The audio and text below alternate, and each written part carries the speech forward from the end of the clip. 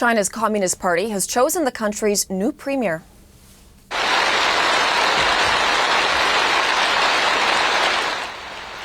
Li Qiang was elected during the party's National Congress in Beijing. Nearly all 3,000 delegates voted for him. Li is a close ally of President Xi Jinping, who used the Congress to strengthen his grasp on power. Journalist Patrick Falk has more from Beijing.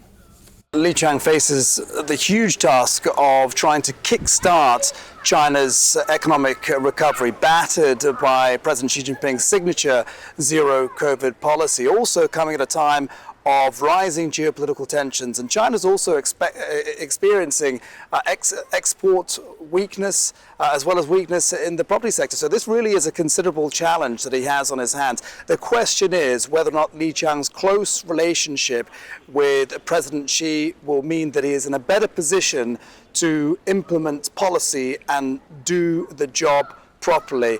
Remember, his predecessor, Li Qiang, his role as premier had been greatly diminished over the course of his tenure. He was at one time a rival to Xi Jinping for China's leadership position. So, as I say, the question is whether or not Li Qiang will have the autonomy to be able to do the job more effectively.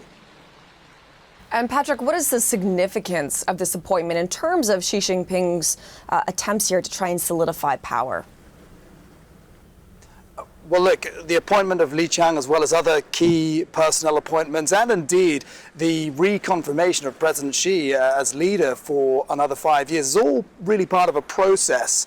This is a formality essentially, but part of a process of Xi Jinping consolidating power. And part of what we're talking about when we talk about this consolidation is specifically shifting control to the party at the expense of the state. Now, arguably, this does mean that Xi Jinping and his administration will be able to direct policy more swiftly and more effectively, but at the same time, it does mean that the party carries the burden of responsibility if things go wrong.